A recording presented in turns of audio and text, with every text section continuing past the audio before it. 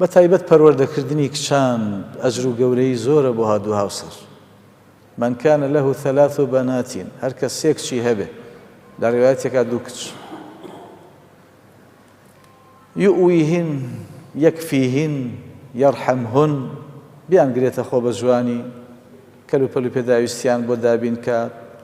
زۆر بە بەزەی بێ بەرامبەریان لە ڕێوایەتی ترا فصبر عليهن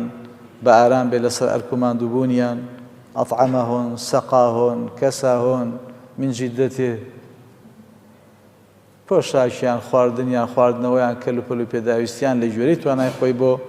پیاکە لە ڕێوایەتی ترا ئەحسەنە ئیلەیهن مامەڵەیان زۆر جوان بێ لەگەڵ مناڵەکانی حتا یەبین تا لێی جیابنەوە لە ڕێوایەتێکا یوزەویجهن یا بە جوانیش دەیانداتە هاوسەری باش ئەو یەموت یاوەتانێ لە کۆتایە لێک جیابنەوە بمردن پاداشتەکەی چییە؟ پاداشتەکەی لە سێ ڕێوایەتەکانە لەه حیجاب من النار ئەما بێتە بربەستێک بۆ خاوەنی لاگری دۆزەخ. ڕێوایەتی دووەم أوجب الله له الجنة البتة بتتين لە 100 بەهەشتی بۆ مسۆگەرە. سێیەم كان معي في الجنة هكذا هەردوو پەنجەی وا لێکرد فەرمی ئەو هاشە لەگەڵ منە لە باشتر لێو نەبەرزە هیچیان پلێ بەرزیە یا ئەو کەسەی کە 2 کچ بەخێوەکە